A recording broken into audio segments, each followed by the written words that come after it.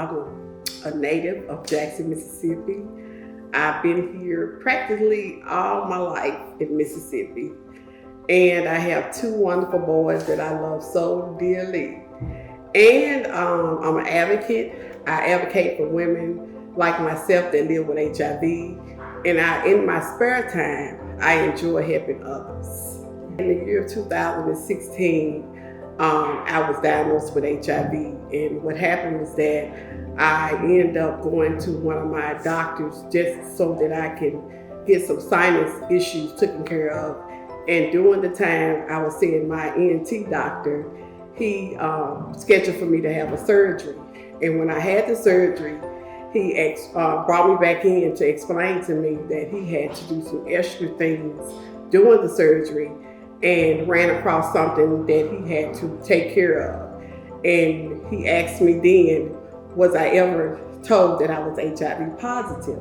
That moment was very scary for me because I went into a situation not knowing, and due to the fact of what had happened to me, being in a relationship with a guy that didn't expose me to his status, it became even more disappointing for me.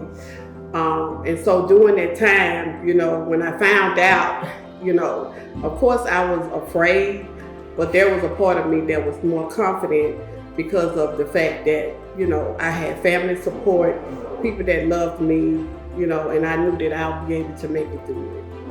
What I would tell someone that is being newly diagnosed with HIV is to know that there is not death in this, and that there is life after being diagnosed with HIV.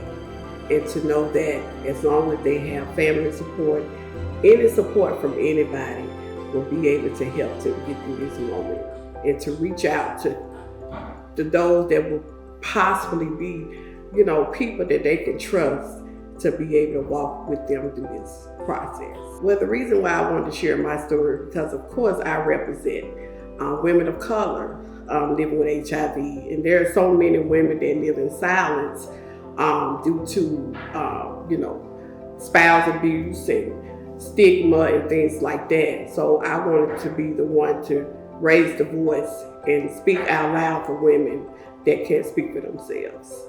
We need to change the narrative.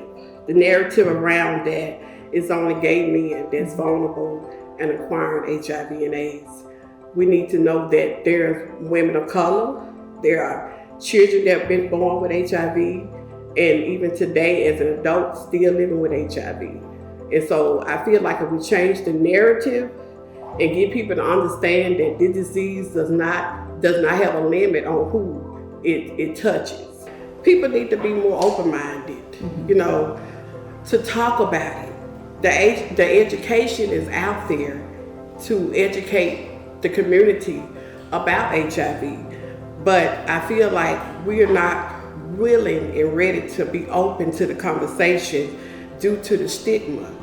And if we can eliminate that, we can get even more people to open up and to receive the information and get an understanding so that we can have a stigma-free life around HIV.